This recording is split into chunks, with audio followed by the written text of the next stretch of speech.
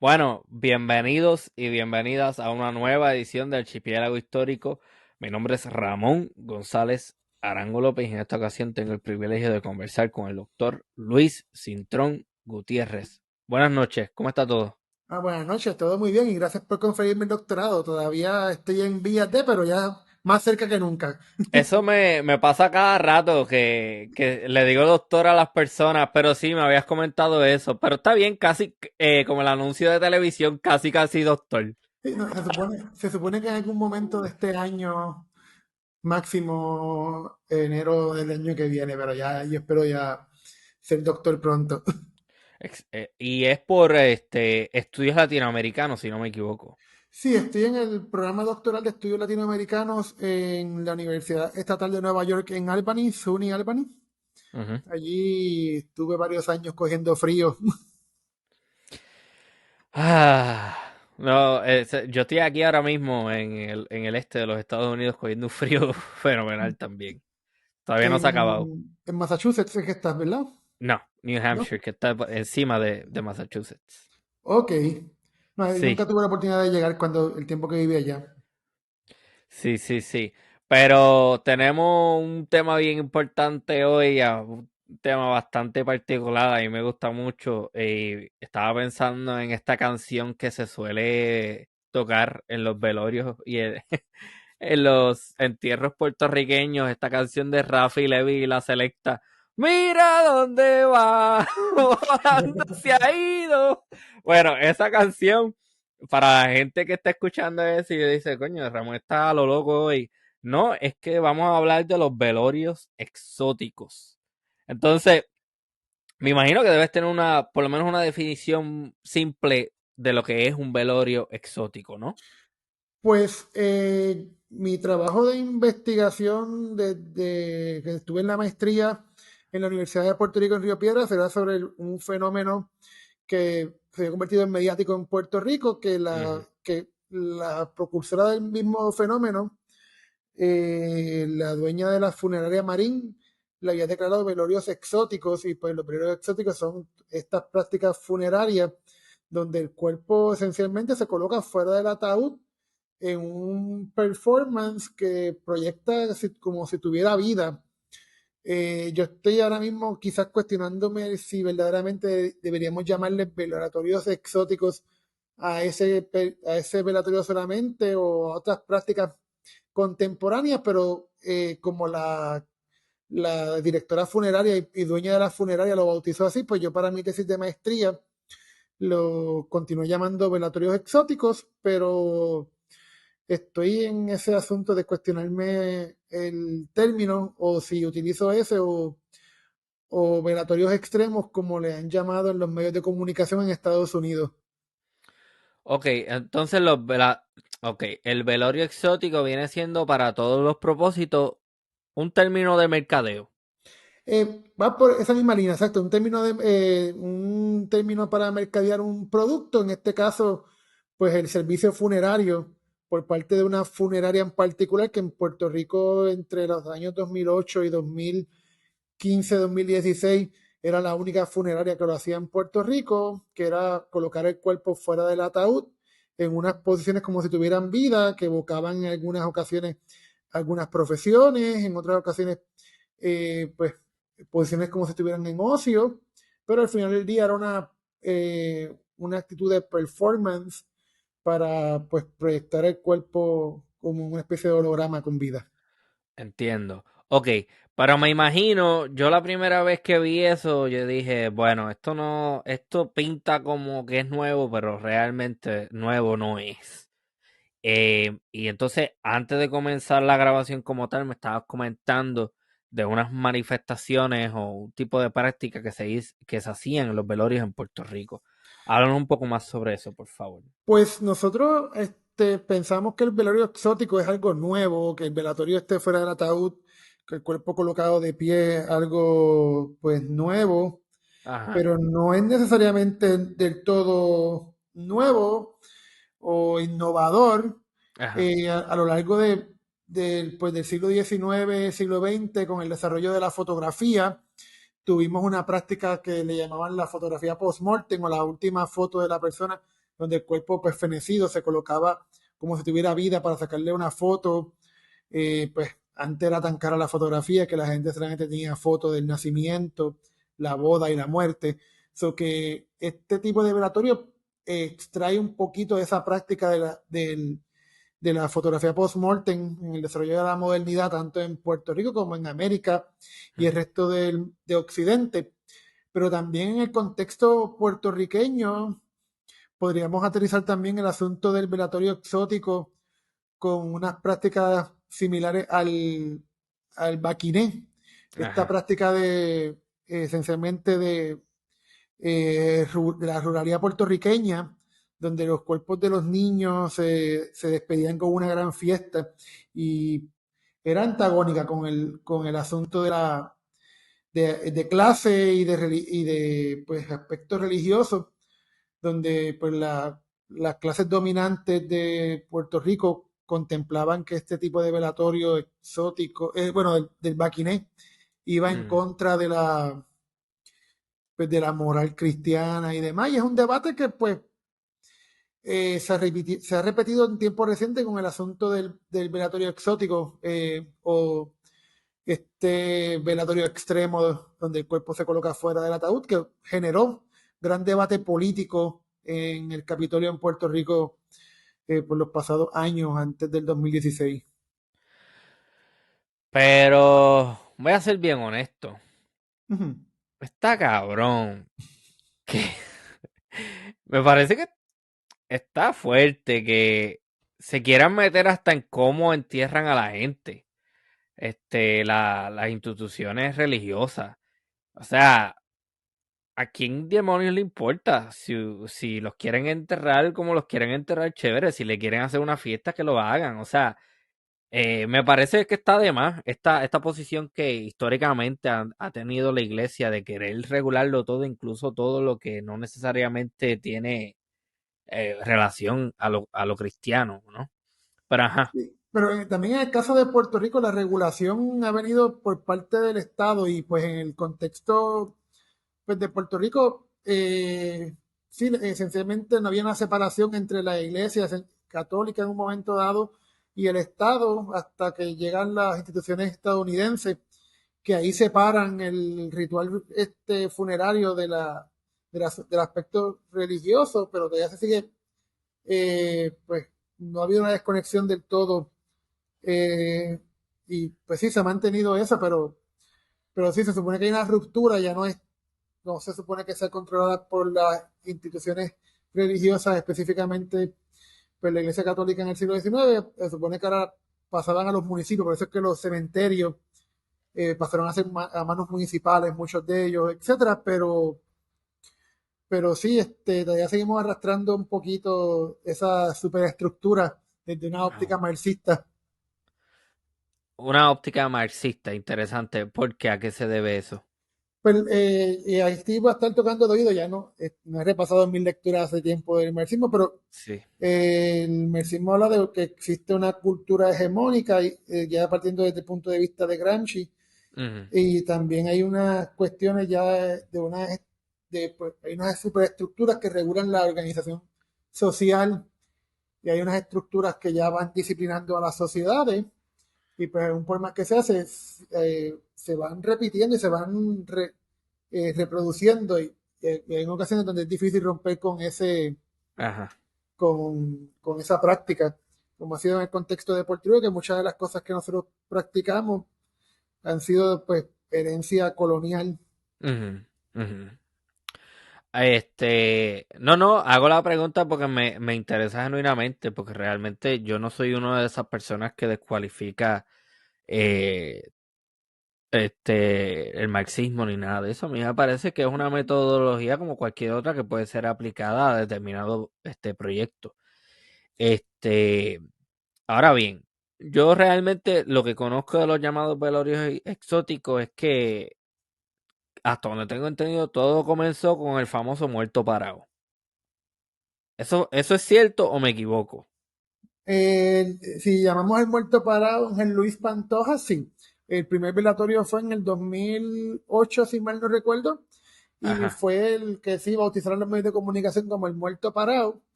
que era Ajá, Ángel Luis Pantoja, que fue asesinado en la zona de Santurce, el área donde está el puente del Caño Martín Peña.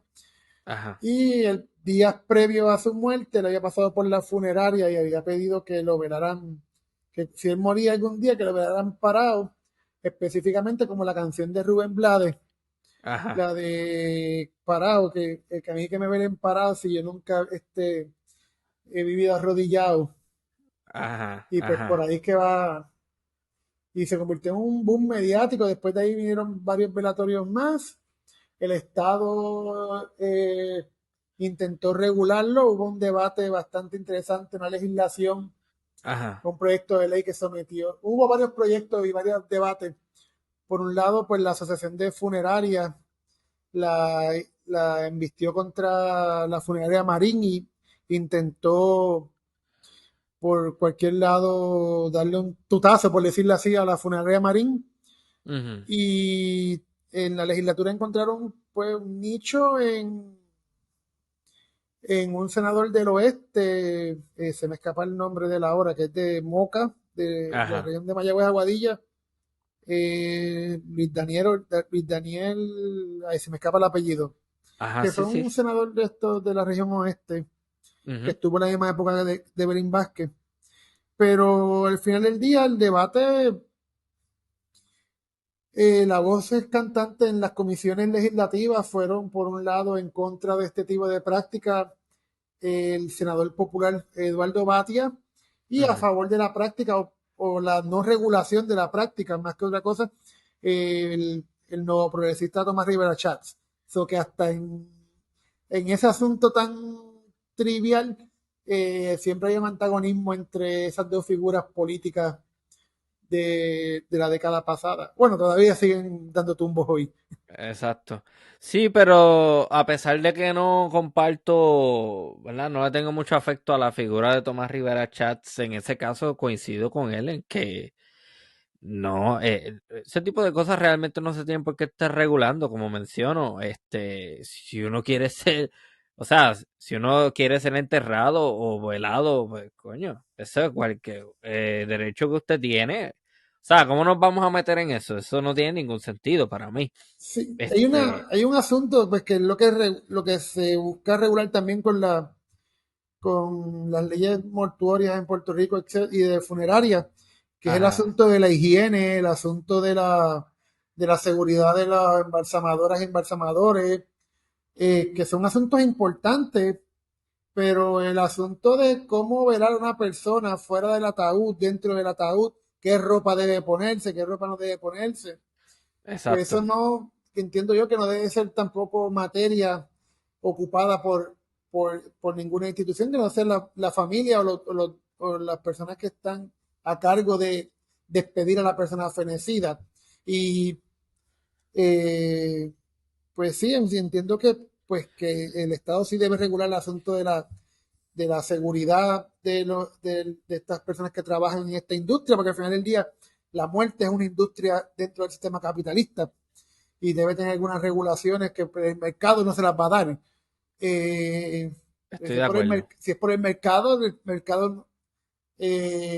va a seguir ninguna protección a la empleomanía, pero sí debe haber una regulación, pero no debe ser a ese punto que era el debate principal que trajeron esta gente de la funeraria y el que trajo Luis Daniel, el senador del oeste de Mayagüez, Ajá, era el asunto de la moralidad, que eso era inmoral.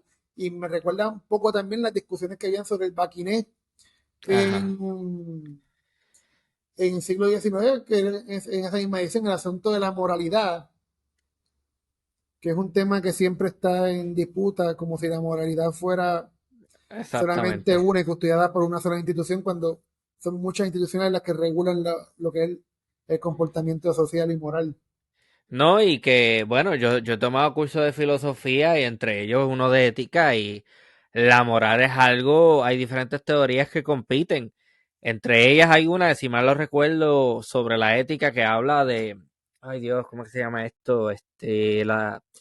Em, que diferentes naciones o en diferentes lugares hay diferentes formas de ver lo que es moral. Creo que es la relatividad ética, si mal lo recuerdo. Sí, sí, es un asunto bien relativo a la cultura y a las sociedades y a los espacios, al espacio geográfico, al entorno cultural del área. Porque lo que para Ujú. nosotros pudiera ser una cosa inmoral, para otras personas, para otras culturas y otras sociedades, puede ser completamente moral. O, por ejemplo, nosotros comemos, algunas personas, los que son carnívoros, comen productos vacunos aquí en Puerto Rico, en los Estados Unidos, en otras regiones del mundo la vaca no se toca. O incluso Exacto. tan cercano como nosotros, si mal no recuerdo, ya esto es una historia tocada de oído y no tiene que ver tanto con la moral, pero pues tiene que ver con las valoraciones sociales que le damos a algunos productos. En el contexto pues de Puerto Rico, la pana es importante para nuestra dieta diaria, por lo menos para muchas personas, Sí. pero tengo entendido, me recuerdo de una historia que había mencionado un profesor muy querido mío, que en Cuba, durante el periodo especial en tiempo de paz, cuando cayó la Unión Soviética, eh, pues las panas se perdían, aun cuando había esa noción de hambruna en Cuba, la gente no comía pana porque la pana era para los cerdos y para los esclavos.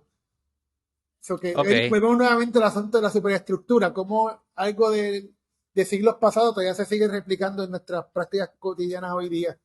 Sí, me hace pensar también en un comentario similar que me hizo la doctora María Acuña de León, sí, de Costa Rica, que ella me estaba hablando de los pejibayes costarricenses, que es como es un fruto pequeñito, color rojo. Ujú. Entonces, ella me estaba comentando que a los costarricenses les encanta, pero que no recuerdo si era en Guatemala o en Honduras, un país de esos vecinos.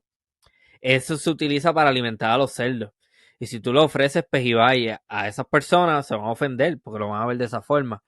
Pero otro ejemplo que se puede dar dentro de eso de la relatividad ética es que, por ejemplo, se sabe que los iglúes por muchísimo tiempo lo que han hecho es que cuando hay un miembro de la familia envejeciente que ya no puede producir de forma activa y aportar de forma activa al grupo, lo que hacen es que lo dejan y que se muera, y que se congele.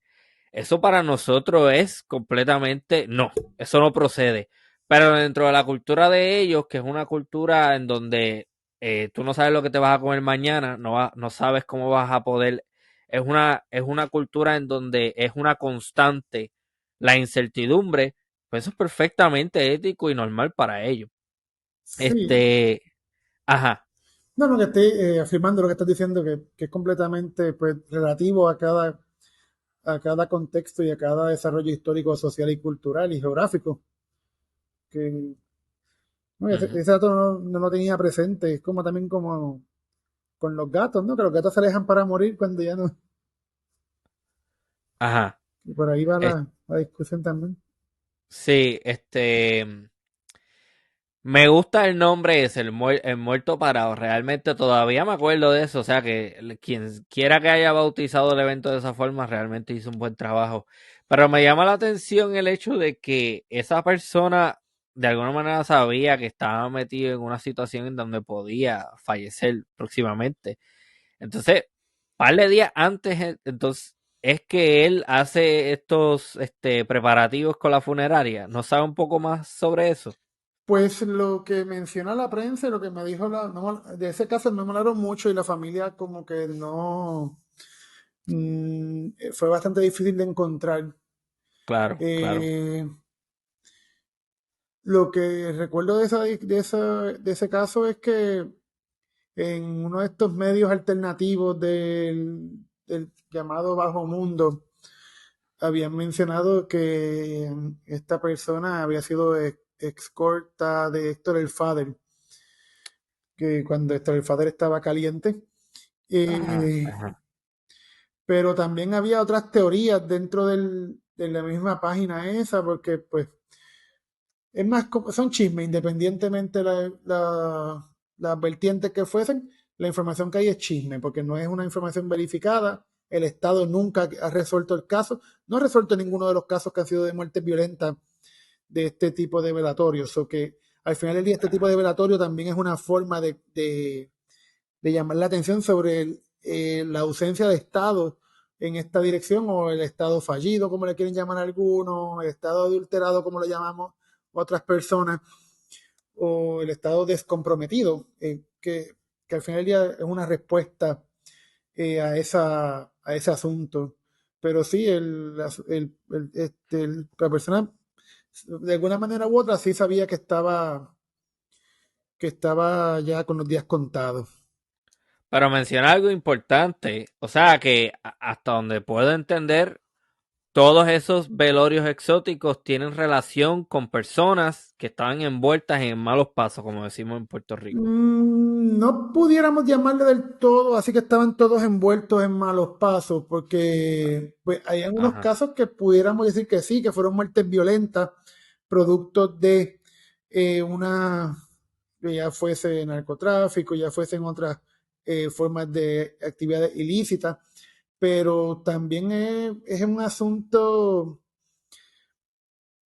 Omar Rincón, que es un experto en comunicación y estudios culturales colombiano, que ha sido de los que más ha trabajado el aspecto de la narcocultura. Él plantea que para vivir como narco no tienes que ser narco, porque pues al haber unos vacíos dentro del sistema capitalista que han sido llenados por el narcotráfico, pues se van creando ya unas resignificaciones, unos nuevos significados sobre la vida, sobre la muerte, y lo que él también denomina como una narcoestética, que es pues, tú no tienes que ser narco para tener un performance de lo que sería un bichote en el contexto puertorriqueño, etcétera. Y pues que yo veo este fenómeno como pues, una culminación de esa narcocultura en el contexto puertorriqueño, donde pues ha habido un estado adulterado, un estado que no ha cumplido con su función hacia la población puertorriqueña, lo que sea, Ajá. y pues esos espacios se han llenado pues con actividades ilícitas como el narcotráfico y a la misma vez va creando unos resignificados, unas estéticas en el contexto pues de Latinoamérica lo podemos ver muy bien en las narrativas de las novelas. Y ya creo que me estoy yendo un poquito de los muertos y estoy ya aterrizando en el tema de narcocultura. Pero, Sí, pero me ajá, gustaría hacer una pausa porque primero, para la audiencia que este programa se escucha en muchísimos lugares de Latinoamérica, cuando el doctor Luis Javier Cintrón Gutiérrez dice bichote, se refiere a lo que nosotros dentro de la jerga popular de Puerto Rico, esa es la persona que controla determinado espacio dedicado a la venta de drogas ilícitas, de ilegal, lo que llamamos también de forma coloquial el punto de droga.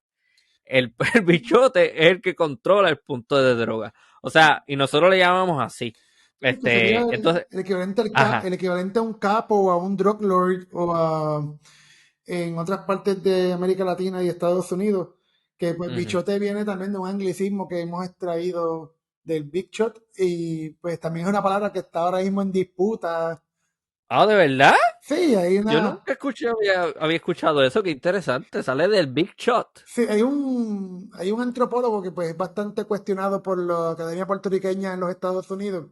Se llama Philippe Bourgeois. Él, pues en uno de sus papers y en uno de los libros lo define, él define eso, que lo sacan de un anglicismo de Big Shot. Pero pues yo estoy todavía tratando de buscar la definición porque pues para mi tesis doctoral estoy trabajando en ese concepto, de dónde es que se extrae el concepto de bichote, que también Ajá. así se ha convertido en un asunto pues para los millennials y un poquito más abajo, los millennials, bueno, millennials no creo que les importe tanto, pero los millennials están con esa crisis existencial de que Karol G le robó la palabra bichota y que eso es cultural appropriation. Ay, Dios mío. No, cultural appropriation, eso a mí me parece tan... Bueno, no quiero entrar en eso porque realmente eso a mí no me... Eso, para mí es pendeja, como decimos en Puerto Sí, Rico. ¿no? Y se puede entender que Ajá. hay unos asuntos dentro del cultural appropriation que sí son enteramente válidos. Por ejemplo, que una compañía como Louis Vuitton se apropie de historia ancestral, pero una figura como Karol G que viene De pues un contexto tan similar al de nosotros, que es caribeña exacto, también. exacto, y que también ha habido las mismas carencias, una sociedad donde un Estado es completamente negligente con sus poblaciones, que han vivido exactamente Ajá. las mismas cosas, lo que pasa es que pues, le llaman de otra manera, pero, y que se ha conectado con la cultura puertorriqueña, con la cultura caribeña, pero, bueno, Exacto, es que yo pienso que esos son gente changa que no tiene más nada que parece que tienen la vida tan fácil que se le dedican a buscar boberías para pelear, como que, mira, ¿qué diablo le importa? Si es que quiere usar la palabra esa que la utilice, no importa. Y de nuevo, ella viene de un contexto caribeño, ella es una mujer latina, pero el asunto de que viene un contexto que bueno, ahora es rica y demás, pero viene de un asunto de desposesión como muchas y muchos de los puertorriqueños. Hay unas claro. historias bastante similares y hay unas referencias culturales bastante similares que pues pueden encontrar significaciones o representaciones en esa palabra. Claro, claro, claro, claro. Ahora bien, estaba pensando ok, de lo del bichote nuevamente. Yo siempre he pensado que tiene una relación a hipermasculinidad que hay, pues con el concepto del bicho, con el bicho grande y todo. Pues yo pienso que el bichote pues, tiene algún tipo de Sí, relación tiene con que, eso. Por eso es que me extraña un poco escuchar sí, sobre el Big Shot. sí, también, de hecho, también, esa que tú mencionas, también otro de los paralelos que menciona Philippe Bourgeois en el paper que él trabaja sobre el Ajá. tema, también menciona esa. Y pues también están mencionando el asunto de la hipermasculinidad, etcétera. Y es un asunto que muy bien podemos definir dentro el libro de Capitalismo War de Sayak Valencia. Habla Ajá. de ese hombre construido en esta narcocultura Ujú. que pues es un hombre que pues su masculinidad se encuentra pues eh, encontrada porque pues el hombre del siglo XX por su poco poder adquisitivo versus a otras épocas se vuelve Ujú. más violento para poder demostrar que es el macho alfa, que es el proveedor de la familia y pues se construye esta sociedad súper hiper masculinizada y esencialmente un patriarcado más violento. Eso está bien interesante. A mí me gustaría explorar ese tema también. Pero ajá. Ok, estabas hablando de unos conceptos que me parecen bien interesantes y me gustaría que nos expliques un poco sobre eso, que son conceptos que compiten. Y me das a entender que hay uno de ellos que apoyas. El estado ausente y cuáles eran los otros dos. Pues hay un debate que se ha estado planteando en los últimos pues, años.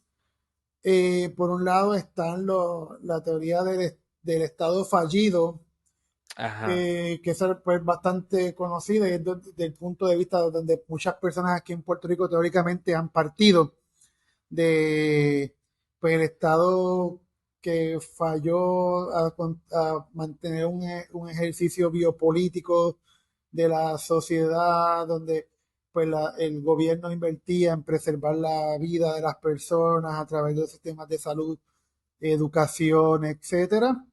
Y pues un concepto importante para, para entender nuestra realidad, el asunto de un Estado ausente, pero también hay un debate que lo escuché más reciente, que es donde, pues, y lo escuché más del contexto colombiano, no recuerdo ahora quién fue la que lo estaba presentando, pero fue una de esas conferencias durante la pandemia que auspició el Departamento de Estudios Latinoamericanos de Stony Brook Ajá. University en Nueva York. Sí, en Nueva York. Eh, pues ella, la persona que estaba presentando, era una candidata a doctora en historia, o era doctora en historia, no recuerdo bien ahora, y estaba hablando de que, pues, que en algunas ocasiones esas violencias relacionadas pues, con el narcotráfico, En el contexto pues, colombiano, se dan no es porque un Estado ausente, sino porque hubo un exceso de Estado en tomar unas decisiones de cómo ocupar los terrenos, cómo usarlos, y pues creó una sobreproducción de un producto que se convirtió en una droga. En este caso, la coca, base coca, que se convirtió después en un producto ilícito, la cocaína, que es producto, según esta historiadora, que ahora mismo no recuerdo el nombre, es producto de ese exceso de Estado donde el Estado, para ocupar el territorio nacional, mandó a crear latifundios de lo que fuese, y pues eso incluyó coca y otros productos que hoy utilizan para el narcotráfico o como la base coca para la cocaína. A mí yo me estoy inclinando un poquito más por ese asunto también porque Estado fallido puede ser hoy día todo. Por ejemplo, dentro de Estados Unidos, un estado como la Florida, que aun cuando económicamente pudiera ser un estado bastante bollante, socialmente hablando, es un estado fallido porque no se cumplen con unas expectativas, las personas no tienen necesariamente la calidad de vida, hay un montón de campamentos de gente viviendo sin techo, gente en estado de desposesión, el servicio Missis- médico. Mississippi, Mississippi, Ohio, Michigan, la ciudad de Detroit. Y estos son pocos ejemplos, hay un montón no, más, para que incluso, ustedes entiendan que Estados Unidos será un país más rico, pero hay gente que también viviendo no, ajá, incluso lo que serían los grandes modelos que el sistema nos vende como los modelos aspiracionales, la ciudad de Nueva York. La ciudad de Nueva York tiene sí. grandes bolsillos de pobreza, de delincuencia que dan aspereza a que el narcotráfico encuentre un lugar también y otras formas de exclusión, de violencia. Los Ángeles en California, y eso sin entrar también a los espacios mucho más chicos que todo, pues ya con la experiencia que me imagino que ha pasado en Massachusetts, podemos quizás hablar de la experiencia de esa zona del Western Massachusetts, donde está Adams, North Adams, eh, Pittsfield, toda esa zona que era una zona industrialmente bastante rica por asuntos agrarios y por asuntos pues, de producción de plástico, producción de energía, de bombillas, de productos electrónicos, que una vez llegó el libre mercado, esos espacios se convirtieron en bolsillos de pobreza y son donde se está viendo mayormente el apocalipsis retail y otras despoblaciones de las cuales en Puerto Rico estamos empezando a hablar también ahora. Hay mucha tela que cortar por ahí y veo que tienes unos intereses bastante similares a los míos. Has mencionado un montón de veces la superestructura, el capitalismo, el marxismo, la presencia del mercado. Yo creo que los capitalistas también pueden ser peligrosos en el sentido de que a veces presentan una fe bastante similar a la fe religiosa, pero en un mercado que realmente es una entidad, vamos a decir, abstracta. Y se comportan como, sí, el mercado lo va a resolver todo. Entonces es una fe ciega en un concepto omnipotente que realmente no tiene ningún tipo de, vamos a decir, conciencia, como Sí, es el Estado, sí, no, al final del día también como el asunto de la el mano mercado. invisible, el mercado, la mano invisible que regula todo, pues no siempre lo regula todo, porque si fuera, lo regularía todo, y aquí me voy a calentar con mis amigos libertarians, etcétera, de que libre mercado hasta para la policía, pero al final del día, si uno quiere garantizar derechos civiles o una mano de obra bastante productiva, hay que mínimamente tener una garantía Exacto, de un acceso a la salud, etcétera, porque no es tampoco tirar a la gente a morir por el capital. Que ese es el exactamente. asunto No, también, que estamos ya cayendo en un asunto necropolítico, que eso es lo que es un concepto que trabaja Member y también lo hemos aplicado mucho para entender pues las nuevas dinámicas del sistema capitalista. Pues mencioné previo de que pues el asunto del Estado que ha ido dejando su rol biopolítico de proteger, proteger la salud, el cuerpo, la educación de las personas a un estado necropolítico que es dejar morir. Y pues para nosotros los puertorriqueños quizás el ejemplo más reciente sobre eso fue el contexto del huracán María, donde el ujú, Estado literalmente dejó morir a grandes bolsillos de la población puertorriqueña, ya fuese por, por torpe o a propósito o, o una combinación de ambas, no sé. Aún Sí, no sabe. una falta de infraestructura y yo realmente lo que estoy viendo en Puerto Rico es que el escenario político no tiene el, el nivel intelectual que en algún momento quizás pudo tener. Por ejemplo, yo no puedo comparar a ningún político de ahora con José de Diego. El calibre intelectual que tenía José de Diego, por ejemplo, eso es algo que tú realmente no lo vas a conseguir en ningún político actualmente. No, no, incluso Luis Muñoz Rivera, aun cuando yo ideológicamente no compartan con ninguno de ellos dos, la forma de articular un discurso es completamente distinto a lo que tenemos ahora. Pues quizás sí, tenemos un Juan Dalmao o María de Lourdes que pueden articular un discurso coherente, pero se pierden esos discursos en unas narrativas, pues es que también Estoy de acuerdo. la política se ha convertido en Puerto Rico en un asunto de commodity, de cómo yo puedo vender esta idea y que esta idea me sea rentable. Y Eh, ajá, tengo que hacer un comentario a eso porque me parece bastante y coincido con lo que estás mencionando de María de Lourdes y Dalmau, porque sí, estoy de acuerdo. Son unos discursos elocuentes, son unos discursos bastante bien hechos, pero usualmente en nuestra cultura se les suele tirar la mala porque, no los entendemos. Entonces, cuando ves, por ejemplo, las parodias que se les hacen, siempre son utilizando unas palabras bien exageradas y el público como que no entiende. Eso no habla mal del candidato. no. Eso habla mal del nivel cultural de un pueblo que ve la elocuencia y que ve la buena comunicación como algo de lo que hay que burlarse. Yo creo que eso es algo peligroso también. Sí, es que pues también hemos aspirado como, bueno, que se ha construido como aspiración de sociedad el asunto de digerir las cosas rápido y también hemos caído en,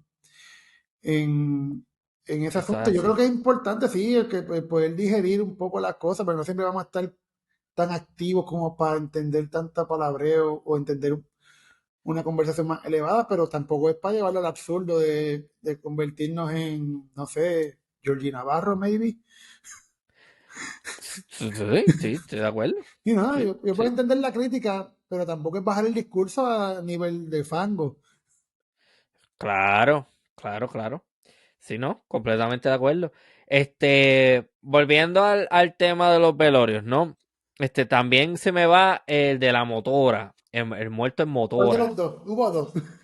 Hubo dos, mira, yo pensaba que era uno nada más. Pero ajá, ¿cuál fue el primero? Y si recuerda, ¿verdad? Porque obviamente yo sé que estaba haciendo un esfuerzo porque esto es algo que investigaste hace tiempo. Pues hubo uno primero de una funeraria que ya no existe, que creo que quebró, o no sé, no recuerdo el dato concreto, tampoco fue que lo investigué tanto ese dato, porque para mi Ajá, tesis no me hacía tanta falta, pero había una funeraria en Carolina sí. que se llamaba Carolina Memorial, estaba en la carretera número 3 en la 65 de Infantería, cerca de la zona donde están los dealers, cerca de la entrada del centro urbano, por esa zona allí. Y pues cuando empezó el primer muerto parado, esta otra funeraria intentó velar a una persona colocada en una motora, pero el cuerpo, pues como la técnica no la dominaban, el cuerpo en medio del velatorio se cayó. Se, pues se volcó el cuerpo, la motora con el cuerpo, cayó al piso Wow. y me acuerdo cuando hice la entrevista, y esto es un dato de un fun fact de mi entrevista, Ajá. que la dueña de la funeraria Marín mencionaba que con un poco de risa y morbo a la vez que pues, a esa funeraria se les cayó el muerto, a mí ninguno se me ha caído. Wow. Sí, porque, Hasta es increíble como, exacto, es morbo. Sí, sí, porque al final la consideración comercial va a ir por encima de lo humano. Al final lo voy a ver como un producto y no como una persona a la cual se le está respetando su o se le está voluntad. rindiendo algún tipo de homenaje. Sí, no, pues en ese caso me recuerdo porque pues, y es que por mucho tiempo la funeraria Marín era la que pues, tenía el branding de ser la creadora de estos velatorios fuera del ataúd. Ajá, Pero pues, con el tiempo empleados se le han ido y se han ido a trabajar en otras funerarias. eh, Otras personas han descubierto otras técnicas o han visitado otras técnicas, etcétera. Pero siempre la funeraria Marín va a ser la que, pues la primada de esas funerarias. Y también es la que más ha monetizado sobre ese branding, porque cuando la funeraria Marín, donde está ubicada ahora mismo, originalmente iba a ser un taller de mecánica, porque era una familia que pues, tenían capital para comprar varios negocios y ujú, el papá le compró el negocio, le compró un negocio para dárselo a la hija, otro para otro hijo, pero la hija que estaba estudiando Criminal Justice en una de estas universidades de Carolina, no recuerdo en cuál, ajá. eh, pues decidió montar la funeraria. Ahí, de hecho, tienen también el negocio de mecánica, pero la funeraria es la que parece que más dinero ha dejado o algo así, porque tiene pues la facilidad original en Calle Francia, tiene una nueva facilidad en la Avenida Barbosa, en un momento dado abrieron otra en el área de Río Piedras, cercano entre Parcera Falú, esa zona de Río Piedras, que no recuerdo cómo es que se llama esa avenida. Eh, Cerca del Espejo Sí, sí. Trujillo, donde está el Sullivan's, perdonando el anuncio no pagado. este, Ah, está bien, está bien. Pensé que tenían una sucursal en un momento dado allí y recuerdo que habían abierto o estaban en el trámite de abrir una sucursal de esta funeraria en Medellín, que pues también hay un asunto, pues estatalizando con el asunto de narcoestética, la mención anterior de Carol G, etcétera, que hay unos diálogos y unas conversaciones culturales y sociales que se han mantenido con Colombia, México, Centroamérica, que aun cuando no son cotidianas, están presentes. Y pues ese asunto de cómo ver la muerte, cómo ver la vida, cómo ver las dinámicas culturales, el ser países que estamos en estados de desposesión y de dependencia de una metrópoli, todas esas cosas al Ujú, final del día conversan, influyen en que nosotros pues tengamos que articular nuestras formas y nuestros sentidos a algo bastante similar. Tenemos un hilo conductor que aunque no le llamamos del todo las mismas palabras, pero tenemos las mismas vivencias. ajá. Y eso al final del día, uno de los legados y la que conecta a toda la región, el aspecto pues colonial, ese legado colonial que se ve presente desde pues, de Columbus Exchange hasta hoy día, ese estado de desposesión producto de Mm, libre comercio. ajá, ajá, sí, sí. ¿Y qué sabes sobre, bueno, porque me imagino que a lo mejor tiene algún tipo de relación y a lo mejor lo ha pensado en algún momento. Esta situación de los stickers de carro que ponen a la persona y le ponen como que nubecitas y te extrañamos, qué sé yo, Bimbo o algo así. No sé si has estudiado eso. Pues parte de mi trabajo, yo quería en un momento dado trabajar la parte la iconografía que se forma alrededor de las personas fenecidas, no solamente la calcomanía o el sticker de los Ajá, carros, porque pues sí, eso es evidente, pero en Puerto Rico un elemento que fue bastante común en todos los velatorios que tuve la oportunidad de asistir para observar era la camiseta con la foto de la persona fenecida, te recordaremos sí. siempre, con la foto de la persona jangueando, el cielo de fondo. Eh, También en las fotografías que a veces ponen que dan como posters y nuevamente no es algo que sea exclusivo de Puerto Rico porque leyendo etnografías de otras partes del mundo, por ejemplo, volviendo otra vez al caso colombiano, Ajá. el Sabler habla de que pues en Colombia están los posters, están los stickers en los carros, so que algo bastante generalizado en nuestro contexto occidental o latinoamericano, pero no lo he explorado del todo. Es algo que pues siempre se me quedó inconcluso por lo menos en mis necesidades de trabajar este tema. Y pues quizás Ujú. estoy trabajando este artículo que he publicado, pues expandiéndolo un poco más, porque se supone que saliera el libro este año y pues por asuntos pues personales, laborales, etcétera, no ha salido todavía, pero ya se supone que a finales de año tenga el manuscrito final a punto de salir de imprenta o ya haber salido y pues quizás ese sea un espacio ideal para trabajar esa discusión de la iconografía fúnebre. Quizás se me ocurre de momento, bueno, son trabajos más del siglo XIX, los de Doris Lugo, que trabaja la muerte y la iconografía funeraria. Y Ujú. hay una iconografía funeraria, se me escapa el nombre de esa psicóloga, que trabaja el asunto del duelo y cómo Ajá. los iconos se van utilizando para manejar el duelo. Pero se me ha escapado el nombre de ella ahora mismo. Quizás Ok. Jaime Pérez también. Pero, pero esa publicación que tiene, me puede avisar y la promocionamos en su momento dado, Ah, no, claro claro que que sí. De sí. hecho, yo espero que esto no lo escuche mi editora porque se supone que esta semana le entregará un manuscrito y ya no lo he terminado. Sé que tienes poco tiempo, pero me gustaría preguntar esto porque me parece relevante, es importante. Cuéntamelo. Sabemos que hubo como que un boom con esto de los velorios exóticos para el 2008 y esos años. ¿Esto todavía se sigue practicando y con cuánta frecuencia si todavía se sigue practicando? Pues eh, las otras funerarias no tienen quizás la misma necesidad de proyectar un branding, etcétera, como la funeraria Marín, que la funeraria Marín llamaba a los medios de comunicación y decía, tenemos tal velatorio en tal lugar y la gente llegaba a ver el fenómeno.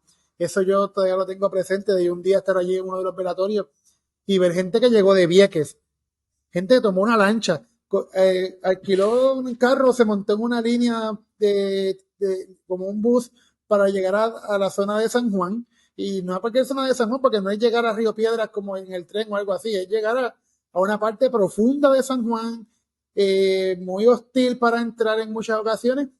Y gente venía de Vieques, de Cabo Rojo, de, de Yauco, Eh, y, Boricua es otra cosa. no, y que también era el asunto de una muerte, como define Elsa Blair, teatralizada. Hay Ajá. un performance completo, una forma de proyectar la muerte como si fuera un espectáculo. Eh, y pues en estas podemos ver muchos elementos folclóricos que convertían Sí. en aspectos carnavalescos. Quizás eh, la música, y recuerdo que en uno de los velatorios, el de Linterna Verde, como era en Río Piedras, llegaron unos pleneros de Santurce, de Villa Palmera, a dedicarle plenas a esta persona, porque hubo gente de Río Piedras que fue a donde esa otra comunidad en Santurce, llegaron plenas, que hay unas conexiones bien interesantes que se dan desde el Inner City sanjuanero, de vínculos de solidaridad, de afecto, y también está el asunto de ver el show. Al final del día, estos tipos de velatorios son eso, una especie de espectáculo que pues tratan, ese ya el eje central de mis conclusiones en la investigación, de que pues con este espectáculo buscan romper con la invisibilidad que le ha dado la modernidad puertorriqueña a estos sectores, porque los elementos comunes que tienen esta práctica hasta el día de hoy, y estoy esperando que esa persona, hay una persona que supuestamente prepagó su funeral, que era un abogado o un fiscal, pidió que cuando muriera lo velaran bebiendo whisky en una barra. Y espero que no muera todavía porque me descoñeta mi marco teórico. Ajá. Pero, Sí, pero ajá, sí, es ajá. parte de la premisa de que este tipo de velatorios son de espacios de mucha desposesión económica, donde muchos sectores no están insertados en la formalidad económica y que pues viviendo en una sociedad de Néstor García Canclini le llama la legitimación del ciudadano a través del consumo de objetos de lujo, etcétera. Pues esta, si te fijas en la iconografía de estos muertos parados, estos operatorios exóticos o velorios extremos, vemos que pues hay unos cultos a unas marcas en particulares, que pues hay una fetichización a ese consumo y esa forma de vivir bien, de vivir de lujo. Exactamente. Y me gusta que haga eso de la comilla porque, y volviendo a esta situación del materialismo y todo lo demás, eh, el capitalismo ha sido bien efectivo en ponernos, en plantar en nuestras mentes que vivir bien necesariamente es tener unos lujos, vestir de cierta forma, ropa de marca, ese tipo de cosas. Y para mí todo eso es tan superficial.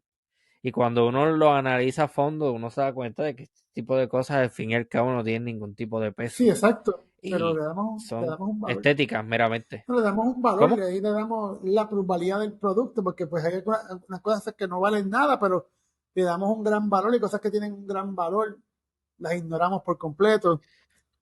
Sí, algo que yo no entiendo es esta jodienda con Supreme.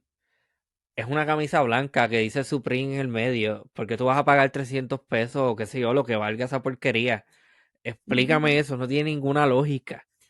Pero es parte es una narrativa dentro de una estructura que crea las condiciones para que la gente compre eso y le dé el valor, como menciona, que realmente, del que realmente carece. Sí, no, es un tema interesantísimo y de hecho también es la base de la noción de la vida y muerte dentro de la narcocultura. Hay unos trabajos bien interesantes en esa dirección, por ejemplo, los trabajos de Valenzuela Arce, que es un profesor del Colegio de la Frontera Norte en México, que va en esa dirección, los trabajos de Omar Rincón, de Sayak Valencia, que van apuntando hacia pues que en esta fase del sistema capitalista es mejor vivir un día como rey que toda Ajá, una vida como güey, que de hecho es una canción de un ok. narco corrido también. Envíame los contactos. Ah, claro que sí, ¿no? En el caso de Valenzuela Arce, pues lo he conocido, pero no tengo tanta confianza con Sayak Valencia. Ujú. Una persona yo sé que está muy ocupada, pues es posiblemente la teórico más importante de México contemporáneo. Y no es porque le tenga un respeto o Wow. una estima, pero sé que está a un gran nivel y es una gran teórica. Y sería interesante que si pudieras contactarla para tenerla en un futuro aquí, hablar de capitalismo Gore, que Sí. es su, Gore, sí, Gore. como el género fílmico, Sí, sí, Gore. qué Sí, interesante. el libro se llama así mismo, Capitalismo Gore, y creo que se cumplieron, creo que 20 años ya o 18 de cuando se salió el libro por primera vez, que pues para la gente que trabajamos en narcocultura es como nuestra Biblia. Interesante, interesante. Este, me gustaría que nos hables un poco del podcast que estás corriendo, porque sé que tienes unos proyectos y pues me gustaría proveerte el espacio para que los Bueno, promuevas. muchísimas gracias Ramón por la oportunidad. Pues dentro de mi espacio de trabajo en la Universidad del Sagrado Corazón estoy desarrollando un podcast. Es mucho más, el concepto es más corto, es más breve, pero el objetivo es mayormente pues, darle un espacio a jóvenes académicos emergentes, pero para darle consejos a estudiantes que están en su proceso de desarrollo de investigación. En el espacio donde me encuentro trabajando ahora mismo en la Universidad del Sagrado Corazón, estamos pues Ujú. promoviendo la destreza de investigación dentro de la universidad y eh, pues para darle el espacio a las y los jóvenes de la universidad que desarrollen ideas que sean de ellos, que nazcan de ellas y ellos, pues hemos desarrollado este podcast porque muchas veces el estudiante en bachillerato o en licenciatura se siente que su imaginación investigativa no es válida, cuando de lo contrario es súper válida, que ellos, sus intereses sean los que se proyecten en las investigaciones. Y pues hemos tenido ya varios Exactamente. episodios Tuvimos uno que sería interesante también si le pudiera invitar algún día, Sara Molinari. Sara es una estudiante, bueno, ya se graduó, ahora es doctora en antropología y es Sí, postdoctoral fellow en FIU en Miami. Y ella pues ajá. está trabajando asuntos de la crisis económica en Puerto Rico. Ah, sí, Sí, sí, sí, claro que ese sí. episodio estuvo muy bueno, la discusión que tuvimos de los consejos que nos dan los estudiantes para investigar. También tuve Ajá. uno que ese pues fue puro egoísmo de mi parte. Invité a Ajá. una compañera amiga que, que trabaja en narcocultura, pero visto desde el mundo de TikTok. Oh, sí, sí, sí. Eso tiene que estar interesante porque yo he escuchado historias y he visto, no estoy en TikTok, pero sí he escuchado y he visto sobre, y esto lo he visto en México mucho, que se graban normal y son personas buscadas y es como que eso está bien interesante. Me imagino que va por esa Pues línea. el caso de ella en particular, ella trabaja cómo se va construyendo una estética de las mujeres en el narco, qué consumen, qué marcas consumen, como la que tú mencionaste ahorita, de Supreme, etcétera. Ese es el trabajo de ella, Ajá. pero sí, lo que tú mencionas de gente que son de los más buscados, grabándose en TikTok, en ese rastreo, pues yo siempre le digo a mis estudiantes que como yo no puedo hacer un trabajo sobre mi tema de investigación yendo a la calle como haría un antropólogo cualquiera y preguntarle a una persona, ¿tú eres bichote? ¿Quieres darme una entrevista para mi tema de investigación? Pues me toca usar artefactos culturales donde se reflejen esas realidades o esas cotidianidades. Y hay una novela que es bastante famosa para el contexto mexicano que se llama El Señor de los Cielos. He escuchado sobre ella, pero a mí ese tipo de producción personalmente no Sí, me interesa, no me llama la atención, pero esta novela colombiana sobre Pablo Escobar, probablemente la conoce. sí, esa misma que se llama Pablo Escobar, ¿verdad? El patrón del mal. O la otra. El patrón del mal, creo que es, eso yo Sí. vi todos los episodios, No, excelente yo, producción. el aspecto de las producciones, pues los efectos, etcétera, pues algunas me gustan más que otras, no soy tan fanático de las narconovelas, pero las veo porque pues me dan un reflejo de las cotidianidades dentro de ese narcomundo que pues, y cómo penetran a nuestros otros registros, ya en clave de Martín Barbero, que es un teórico colombiano, bueno, español colombiano, no recuerdo, pero vivió en Colombia. Eh, Ajá. Pues la novela, por ejemplo, en la que mencioné El Señor de los Cielos, hay una temporada donde se habla exactamente de eso, de cómo personas del narcomundo estaban tratando de pues, proyectarse en redes sociales, en Facebook. Para aquel tiempo no existía TikTok todavía, pero ese asunto de reflejar esa opulencia del narcotráfico en las redes sociales, que pues, lo que tú has mencionado, se ha reflejado en eso y también otras novelas, quizás la que es más mala en producción, pero en la narrativa de cómo conecta el narcotráfico de norte a sur, desde Chile hasta Estados Unidos, es una de Los Dueños del Paraíso de Kate del Castillo, pero eso es otro tema para otro podcast, porque la narconovela, pues, es ya de por sí un género literario, pero yo lo utilizo como elementos etnográficos. Ahí ya uso a Ujú. un sociólogo estadounidense que habla se llama Howard Beckett, que usa los productos culturales como el cine, etcétera, para hablar pues, de registros culturales históricos en la sociedad estadounidense. Eso está bien interesante. O sea, yo he entendido, ¿no? Que eres sociólogo, te dedicas mucho a la sociología, Sí, ¿no? eso, tengo preparación en sociología, mi maestría, una de mis maestrías es en sociología y pues la segunda que es en medios y cultura contemporánea es más con un framework sociológico, eso que y mi doctorado está más movido a esa parte de la sociología.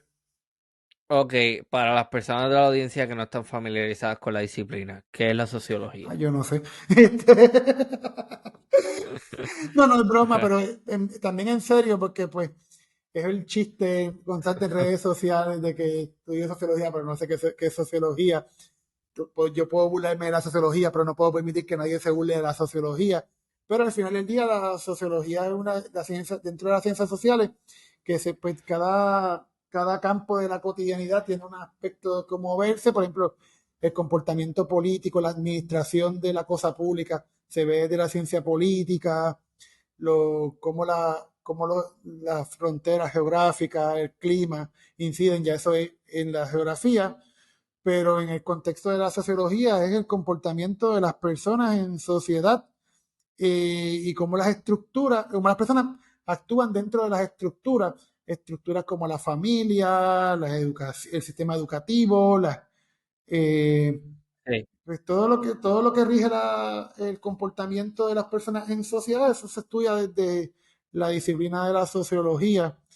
Y pues aprovechando un poquito el espacio, la Universidad de Puerto Rico en Río Piedra tiene un gran programa de maestría en sociología, anuncio no pagado nuevamente, pero es un excelente Sí, programa sí.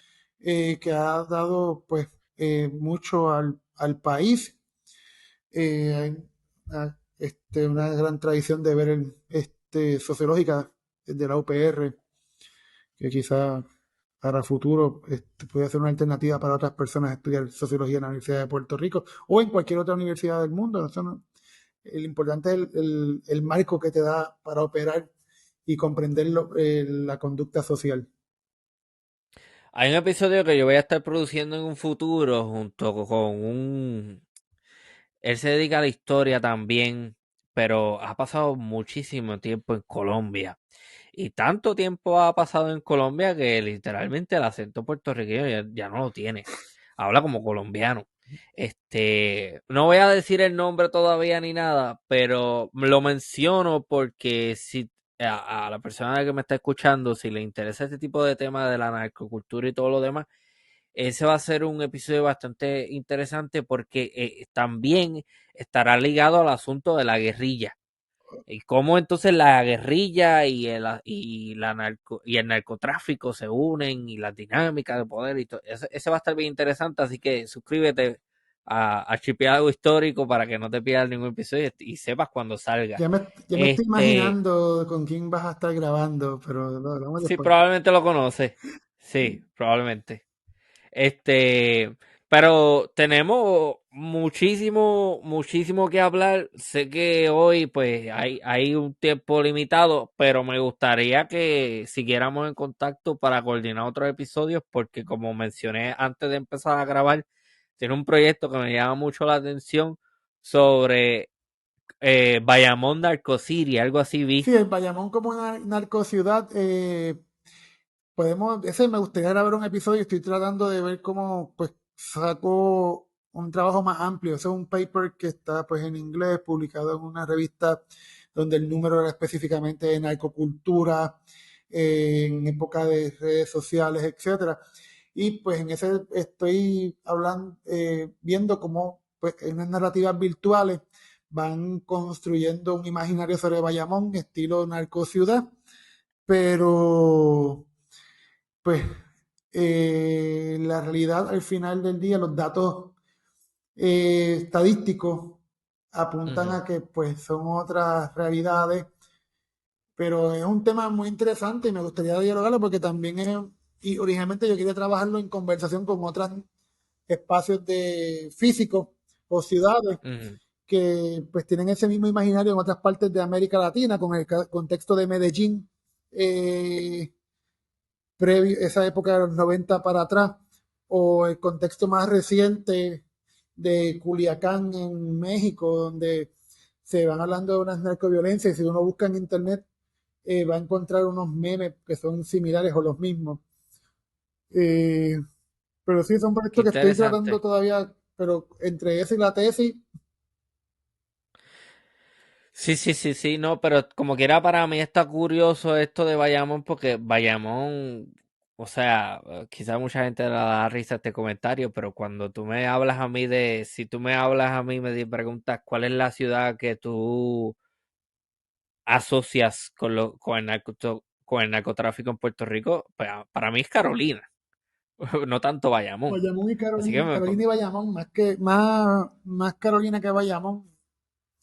pero los Sí. memes que, por lo menos que en internet, siempre son de Bayamón. Yo nunca he encontrado un meme de Carolina, son bien pocos o ninguno que hable de Carolina. Casi todos los memes son de Bayamón y pues sí, hubo un momento dado donde Bayamón era bastante caliente, era un calentón, pero no era más calentón que, por ejemplo, San Juan o Ponce o pueblos rurales en Puerto Rico que que han tenido años de ser más violentos. Un momento dado Manatí, Vieques, Culebra.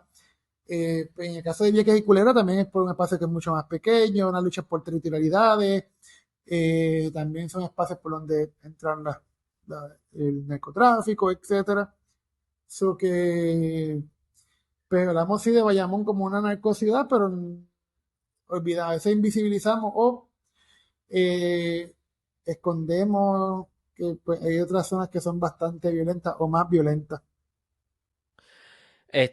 Recuerdo un comentario que me hizo un maestro de artes marciales que yo tuve en Cuamo. Él dijo que los pueblos más peligrosos en Puerto Rico tienden a ser aquellos que están aledaños a la autopista. Y no sé por lo menos a mí en el momento me hizo mucha lógica. Y me sigue teniendo lógica porque la lógica que le está explicando es que, bueno, si tú eres un delincuente y tú vas a hacer algo, la forma más rápida de salir de ese espacio Sí, es desplazándote por la autopista y llegas a otro lugar rápido. sí, no, no tengo la evidencia empírica sobre eso, pero hace sentido y Exacto. mucho, por lo menos las muertes más así, que no me gusta usar esa palabra, emblemáticas en tiempos recientes en Puerto Rico o más reseñadas han sido muertes dentro de las autopistas, en la Valderotti de Castro, en el túnel Minilla sí, Exacto. que ahora mismo hay Sí. un caso en Tribunal Federal creo, de un ex banquero. Y él lo mencionó y él era policía. Ok, Así que por eso es que también quizás eso le da un poquito de más validez a su observación, porque pues es una persona que está en constante contacto con la criminalidad y todo ese tipo sí, de cosas. no, es un tema interesante y pues en Puerto Rico no hay una tradición tan grande de estudiar esos temas. Hay gente que lo ha trabajado suelto, para maestría, para tesis de maestría, tesis de doctorado, pero no hay una agenda concertada para trabajar esas violencias. Lo más cercano a eso es un instituto que fundó la doctora Madeline Román, el Instituto de Violencia y Complejidad, que Ujú. pues ha trabajado ese asunto de las violencias desde una perspectiva sociológica y también más reciente del derecho, con profesoras como Iris Rosario, Carmen Rabel, si mal no, no recuerdo el nombre, Miriam Muñiz, pero sí, no hay Félix López, pero no hay un espacio concertado. Quiero, quiero esos contactos. Ah, no, claro que sí, cuando terminemos de los pasos en la semana. Seguro, seguro. Este, bueno, pues estoy muy agradecido por la oportunidad. Sin duda alguna por lo menos visualizo un par de episodios adicionales en un No, futuro. pues, ¿Cómo se llama el podcast? Que creo que hablaste de él, pero no dijiste no, el nunca lo nombre. mencioné, se llama En Modo Investigativo y se El modo escucha investigativo. pues en la plataforma de Spotify se colocan, pero también se pueden escuchar todos los lunes a las 6 de la tarde por Radioactiva, la emisora radial de la Universidad del Sagrado Corazón, por internet, que es radioactiva.com o radioactivapr.com. No recuerdo ahora mismo, pero si se buscan en Facebook Radioactiva USS, van a encontrar el enlace y pues si ponen el hashtag en modo investigativo en Twitter o en Facebook van a encontrar la publicidad que yo hago del podcast. Pues ahí lo tienen. A mí me parece importante que este tipo de espacio nazca, No sé, porque motiva a los estudiantes subgraduados, que son estudiantes a los que no, usualmente, por lo menos mi opinión, dentro de la academia, a ti no se te empieza a dar la importancia hasta que haces el doctorado. Y estudiantes subgraduados y estudiantes de maestría son gente que tiene mucho que Sí, no, aportar. la experiencia, pues ya viéndome un poquito a mi experiencia personal, pues yo desde bachillerato sí tuve un empujón grande con gente como Manuel Valdés Piscini, eh, Oh, sí, sí. Walter Díaz, que es un profesor que estuvo por muchos años en el colegio de Mayagüez y terminó ahora de decano de Social Sciences en una de estas universidades de la frontera norte, de frontera sur de Estados Unidos, en Texas, creo que en El Paso, en uno de estos recintos de UT. Él confió mucho en mí desde bachillerato, pero eso no es la norma. Yo tuve ese privilegio y tengo que ser muy agradecido de que yo tuve un empujón grande para hacer investigación y desde siempre he recibido mentoría por gente grande como Valdés, después en la maestría con Emilio Pantojas, Lani Thompson, y en el doctorado fue donde fue más difícil la cosa, pero pues esa es otra historia, son otros 20. Pero Ajá. sí, el espacio puede ser hostil y Sí, he escuchado eso. puede ser un espacio hostil Sí. en la academia a nivel doctoral. Eso, es más, puede ser un capítulo para tu podcast de 5 o 6 horas. Ah, bendito.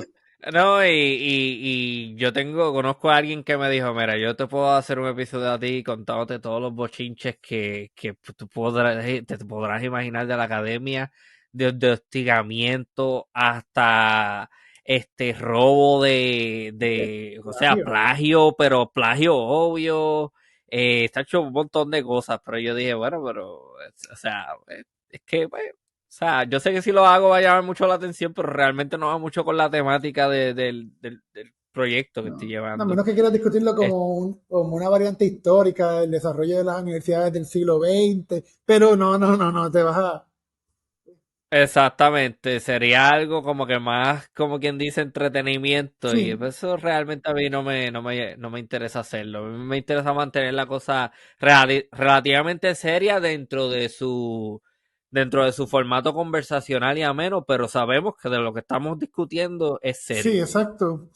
No, yo creo que pues sí, pero como volviendo a la línea que tú traes, es importante que le demos ese espacio a las y los estudiantes desde el bachillerato, porque ahí es donde se germina la semilla para, y que Exacto. también necesitamos una generación de puertorriqueñas y puertorriqueños o personas globales o personas que vivan aquí en Puerto Rico que deseen y que estudien el desarrollo social, político, económico, histórico del país, porque cada generación tiene la responsabilidad de reinterpretar su historia, como mencionaba Fernando Picó. So que es Ujú. importantísimo que nosotros despertemos esa curiosidad en las y los jóvenes. Y pues esa es la intención que tengo con el podcast que aquí dentro del proyecto académico en el que estoy trabajando en Sagrado, pero también me imagino que al final del día también es uno de tus objetivos o tus goals con este proyecto y con Ujú. otras personas que tienen proyectos también similares, ya sea por podcast o por TikTok, por decir así, que hay gente que, pues, que está tratando de despertar esa curiosidad para que estas generaciones y las futuras generaciones verdaderamente intenten conocer y reescribir nuestra historia. Excelente. Bueno, pues muchísimas gracias por haber participado. Muchísimas gracias a ti por la De verdad invitación. que encantado, definitivamente. Seguiremos en contacto. Bueno, gente, y esto ha sido una nueva edición de Archipiélago Histórico. Hasta la próxima.